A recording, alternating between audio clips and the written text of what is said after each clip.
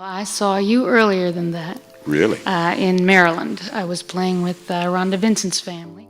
For decades, Alison Krauss seemed like the safest bet in music.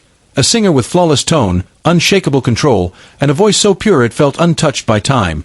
Until, quietly and without warning, that certainty began to crack, first in small on-stage pauses, then in stalled studio sessions, and finally in the frightening realization that the very gift defining her life was no longer guaranteed. To understand how that moment could happen, you have to rewind to Decatur, Illinois, where Allison Maria Krauss was born into a household where creativity and discipline coexisted naturally. Her German-born father, Fred, a scholar who reinvented himself through education and hard work. Her mother, Louise, a gifted illustrator and folk musician who filled their home with banjo strings and acoustic melodies, while young Allison absorbed everything from bluegrass traditions to Gary Newman and classic rock on the radio. Initially resisting the violin, her mother insisted she learn until bluegrass cracked something open, and suddenly everything made sense, setting her on a path that would see her labeled a prodigy before her teens were over, joining Union Station, signing with Rounder Records at just 14, and steadily redefining what bluegrass could be as Grammy wins, crossover success, and cultural milestones like Now That I Found You and Oh Brother, Where Art Thou?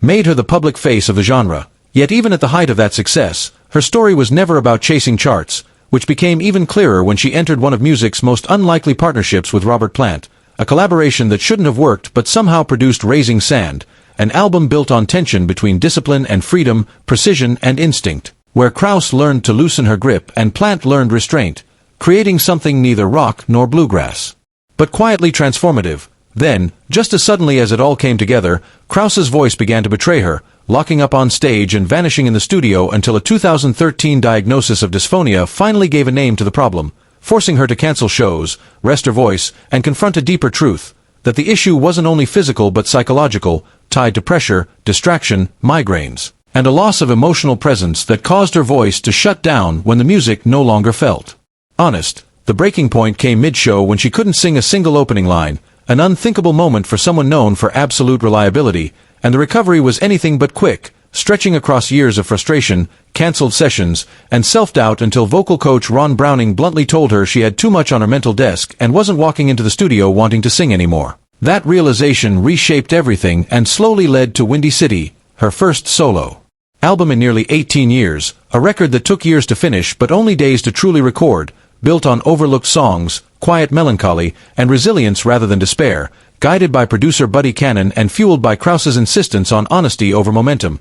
Today, she performs with renewed trust in her voice and a strange but effective pre-show ritual, stepping outside to shout her frustrations at a tree, because she learned the hard way that real emotion opens the voice and forces it to show up, and that is the deeper truth behind the headlines.